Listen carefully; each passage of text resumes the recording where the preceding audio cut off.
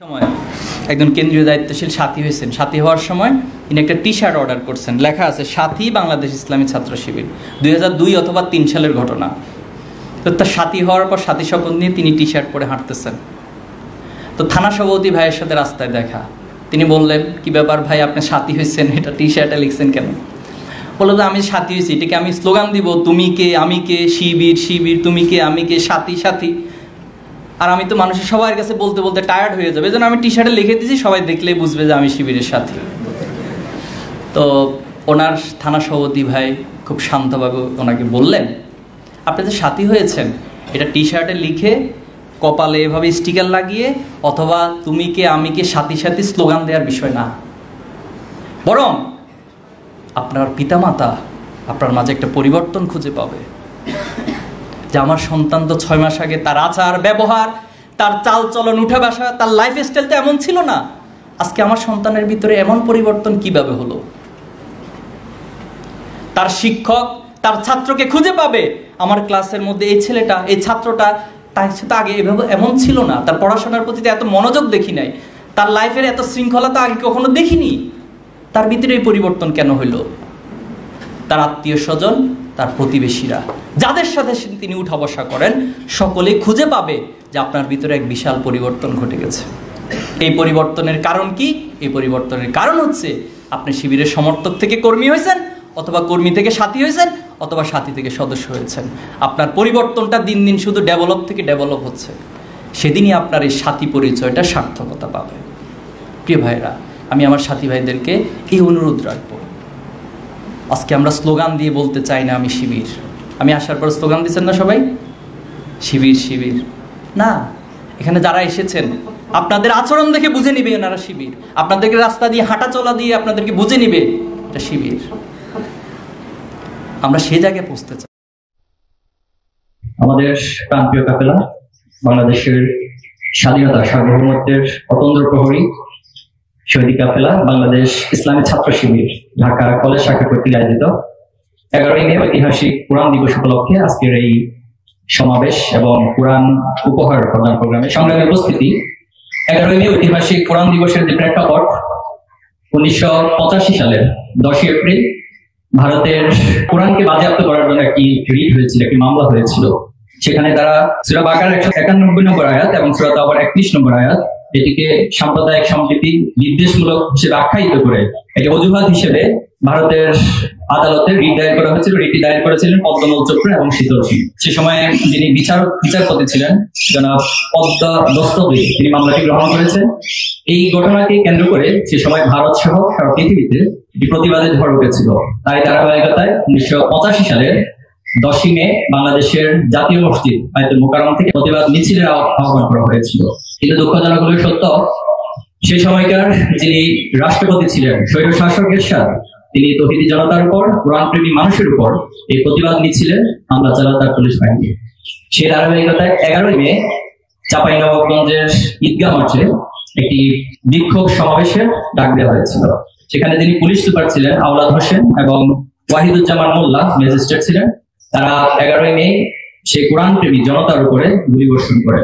মাত্র 10 থেকে 15 মিনিটের সে হামলা এবং গুলিবর্ষণের প্রেক্ষিতে সেখানে প্রায় 8 জন শিক্ষার্থী, শ্রমিক সহ 8 জন শাহাদাত বরণ করেছিল। 11ই মে 1985 সালের সেই শাহাদাতের ঘটনাকে কেন্দ্র করে বাংলাদেশ ইসলামী ছাত্র শিবির 11ই মে কোরআন দিবস হিসেবে এই দিনটিকে পালন করে আসছে। ভারতের এই কোরআন বিদ্বেষ শুধুমাত্র একবারই ঘটেছে তা না, আমাদের পার্শ্ববর্তী একটি রাষ্ট্র যেখানে সাম্প্রদায়িক সম্প্রীতির উপমা অথবা সাম্প্রদায়িক সম্প্রীতির বয়ান তারা আমাদের কাছে হাজির করে, অথচ সে ব্রিটিশ ইতিহাস থেকে শুরু করে আজ অব্দি তারা বারবার মুসলিম বিদ্বেষ এবং কোরআন বিদ্বেষের নজির স্থাপন করে আসছে। সে ব্রিটিশ আমলেও তারা জমিদারি প্রথার নামে বাংলাদেশের এবং এই ভূখণ্ডের ভারতীয় উপমহাদেশের মুসলিম কৃষকদের উপরে, মুসলিম সাধারণ জনতার উপরে শোষণ তারা করেছিল। সাম্প্রতিক সময় দেখেছি কর্ণাটকে হিজাবের উপরে তারা নিষেধাজ্ঞা জারি করেছে এবং বিভিন্ন সময়ে গুজরাটের থেকে শুরু করে ভারতের অনেকগুলো প্রদেশে মুসলিম এবং হিন্দুদের বিদ্বেষ ছড়িয়ে তারা দাঙ্গার মাধ্যমে মুসলিম নিধন এবং মুসলিম হত্যা করে আসছে। বাবরি মসজিদের ইতিহাস আমরা জানি, তারা সেই বাবরি মসজিদকে ভেঙে সেখানে মন্দির স্থাপন করেছে এবং সর্বশেষ আপনারা জানেন মুসলিম শরিয়ার যে আইন ওয়াকফ, সেই ওয়াকফের বিরুদ্ধে তারা রাষ্ট্রীয়ভাবে আইন পাশ করেছে। এই যে পার্শ্ববর্তী একটি রাষ্ট্র বারবার কোরআনের বিরুদ্ধে, ইসলামের বিরুদ্ধে মুসলিম বিদ্বেষ ছড়ানোর মধ্য দিয়ে এই ভূখণ্ডে সাম্প্রদায়িক সম্প্রীতি বিনষ্ট করেছে। আমরা বাংলাদেশের এই প্রেক্ষাপটে দেখেছি এখানে সবসময় বিভিন্ন সম্প্রদায়, বিভিন্ন জাতিগোষ্ঠী, বিভিন্ন ধর্মবর্ণের মাঝে অসাধারণ একটি সম্প্রীতি বিরাজমান, কিন্তু এই সম্প্রীতিকেও তারা বিভিন্নভাবে প্রোপাগান্ডা ছড়িয়ে বিদ্বেষ ছড়ানো এবং এখানে একটি দাঙ্গা তৈরির জন্য সবসময় তারা চেষ্টা চালিয়ে যায়। সেজন্য আমরা আজকের এই কোরআন দিবসকে কেন্দ্র করে এটা বলতে চাই, যারাই ইসলামের বিরুদ্ধে দাঁড়িয়েছে, যারাই কোরআনের বিরুদ্ধে দাঁড়িয়েছে, শুধুমাত্র ভারতীয় উপমহাদেশ বা বাংলাদেশের এই প্রেক্ষাপটই নয়, বরং আদম আলাইহিস সালাম থেকে শুরু করে আজকের এই দিনটি পর্যন্ত যারা এই কোরআনের বিরুদ্ধে, ইসলামের বিরুদ্ধে, আল্লাহর আইনের বিরুদ্ধে দাঁড়িয়েছে, তাদের পরিণতি সবসময় ভয়াবহ এবং খারাপ হয়েছে। সম্মানিত উপস্থিতি, এই কোরআনকে ধারণ করার জন্য, কোরআনকে লালন করার জন্য আমরা আপনাদের প্রতি উদাত্ত আহ্বান জানাতে চাই। এই কোরআন শুধুমাত্র আমার সওয়াবের জন্য নাযিল হয়নি, এই কোরআন এসেছে আপনার আমার জীবনকে আমূল পরিবর্তন করার জন্য। আপনারা জানেন রাসূলুল্লাহ সাল্লাল্লাহু আলাইহি ওয়াসাল্লাম তিনি যখন যুবক বয়সে উপনীত হলেন, যুবক বয়সে উপনীত হওয়ার পর সমাজের যে অসঙ্গতি, আইয়ামে জাহিলিয়াতের যে অসঙ্গতিগুলো সমাজে বিরাজমান ছিল, তিনি সেই অসঙ্গতিগুলো দেখে খুব কষ্ট পেতেন এবং একটা পর্যায়ে হিজবুল ফুজুলের মাধ্যমে তিনি সেই অসঙ্গতিগুলোকে দূর করার জন্য, জাহিলিয়াতকে নির্মূল করার জন্য প্রচেষ্টা চালিয়েছেন। কোরআন তিনটি বেসিক জায়গায়, কোরআন অনেকগুলো পরিচয় রয়েছে, এর মধ্যে একটি বড় পরিচয় কোরআন হচ্ছে হুদাল লিন্নাস, মানুষের জন্য হিদায়াত।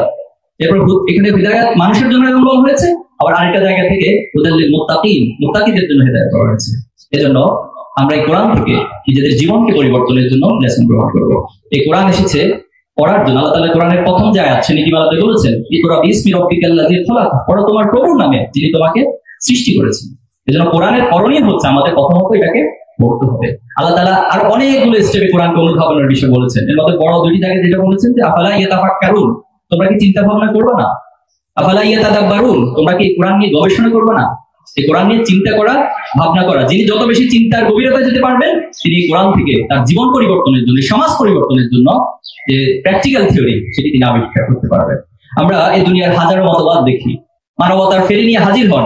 আমরা দেখি পৃথিবীতে সবচেয়ে মানবতা বিরোধী কাজ তারাই করে থাকে। আমরা দেখি পৃথিবীতে সবচেয়ে অশান্তির মূলে তাদের সকল চক্রান্ত এবং তাদের কার্যক্রমগুলো নিহিত। আমরা আহ্বান জানাতে চাই, আসুন যদি সত্যিকার অর্থে আমরা এই সমাজ থেকে, এই রাষ্ট্র থেকে, আল্লাহর জমিন থেকে জুলুম এবং নির্যাতনের মূলোচ্ছেদ করতে চাই, তাহলে আমাদেরকে কোরআনকে উপলব্ধি করতে হবে, কোরআনকে ধারণ করতে হবে এবং কোরআনের মাধ্যমে সমাজকে পরিবর্তন করতে হবে। জুলাই আগস্টে যারা জীবন দিলেন গত বছর, নিঃসন্দেহে জুলাইয়ের স্পিরিটের মূল তত্ত্বই হচ্ছে এই জমিনে কোনো বৈষম্য থাকবে না, কোনো জুলুম থাকবে না, কোনো অন্যায় থাকবে না। আমরা জুলাই আগস্টের পরেও দেখছি ফ্যাসিবাদের যারা বিগত সময়ে সমাজে ফ্যাসিবাদ কায়েম করেছিল, তাদের শিকড়গুলি এখনো এই জমিনে রয়ে গেছে। তারা বিভিন্নভাবে আবার ফ্যাসিবাদকে ফিরিয়ে আনার চেষ্টা করে যাচ্ছে, অথবা নতুন করে নয়া স্বরূপে এখানে আবার ফ্যাসিবাদ কায়েমের জন্য তারা চেষ্টা চালিয়ে যাচ্ছে। আমরা ছাত্র সমাজের কাছে আহ্বান জানাতে চাই, জুলাই আগস্টে যারা জীবন দিয়েছে এই শহীদদের প্রতি আমাদের দায় রয়েছে। সেখানে হয়তো আপনি আমিও শহীদ হতে পারতাম, কিন্তু আমার ভাইয়েরা শহীদ হয়ে গিয়েছে। শহীদ পরিবারদের প্রতি আমাদের দায় রয়েছে, তারা যে জন্য তাদের জীবন দিয়েছে, রক্ত দিয়েছে, আল্লাহর জমিন থেকে জুলুম এবং নির্যাতনের মূলোচ্ছেদ করা। এবং এই মূলোচ্ছেদ করার জন্য কিছু মানুষের প্রয়োজন, যে মানুষগুলো সত্যিকার অর্থে সৎ হবে, দক্ষ হবে এবং দেশপ্রেমিক হবে, তারা এই সমাজকে নেতৃত্ব দেয় এবং তাদের হাত ধরে সমাজের প্রকৃতপক্ষে শান্তি প্রতিষ্ঠিত হবে। ইসলামী ছাত্র শিবির এসে 1970 সালের চিন্তা 2024 সালে এসে বাংলাদেশের শুধু ছাত্র সমাজই নয়, ছাত্র জনতা, আপমর মানুষের প্রাণের দাবিতে